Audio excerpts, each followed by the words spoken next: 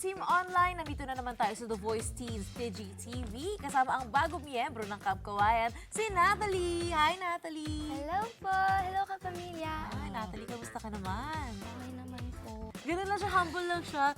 Okay lang naman po, teacher turner lang naman. Kaya nga, anong pakiramdam lahat ng coaches natin umikot para sa'yo? Gumanon sila, oh. Hindi, may Umikot. pinipindot sila. Ay, sorry.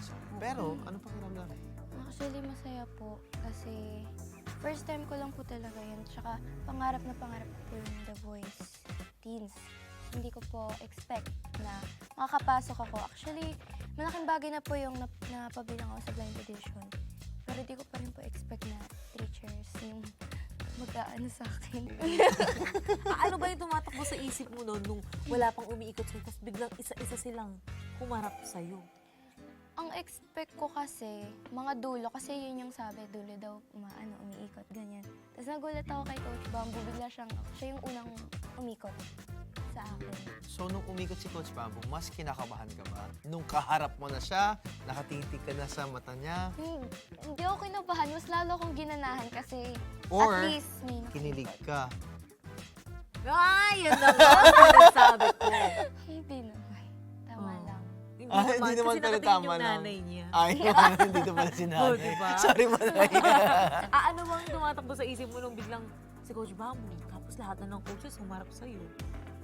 Ano po, sinasabi ko lang sarili ko noon para to kala mama at papa.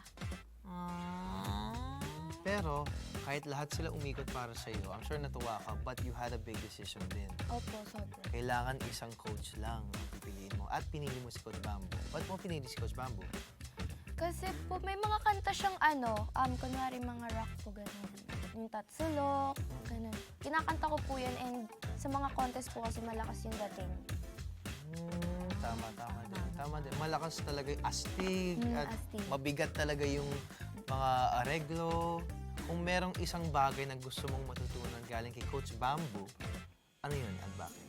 Ano po yung pagsusustain po ng notes and paano po mag-control nga po ng voice.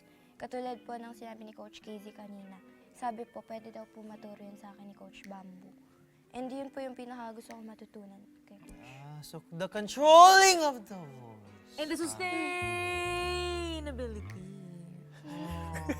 Diba? Perfect yun. Tingin mo mga ilang seconds ang kaya mo i-sustain. Try na natin. Oh, Sabihin mo, game. Camp Kawayan! Oh, go. Ano? Camp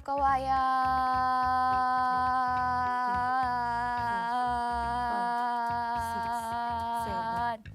7 seconds. 7 seconds. At yun, we are happy for you.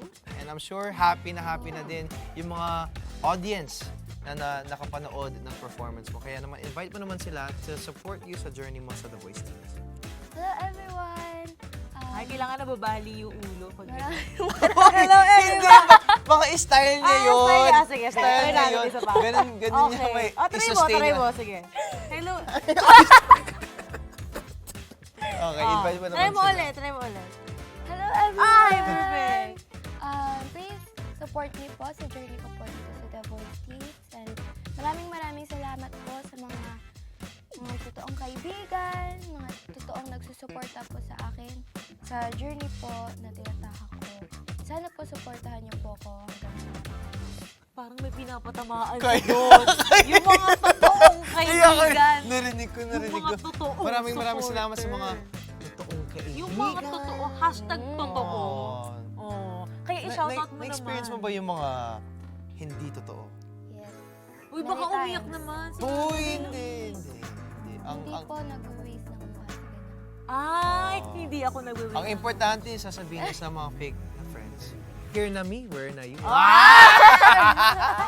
samahan ka namin all throughout your journey here sa The Voice Teens. Natalie, gusto ko lang namin i-congrats and good luck sa mga susunod mong journey dito. Salamat po. Yes! Congratulations! Kayo din! Congratulations! Ayoko, baka may tumutok ulit.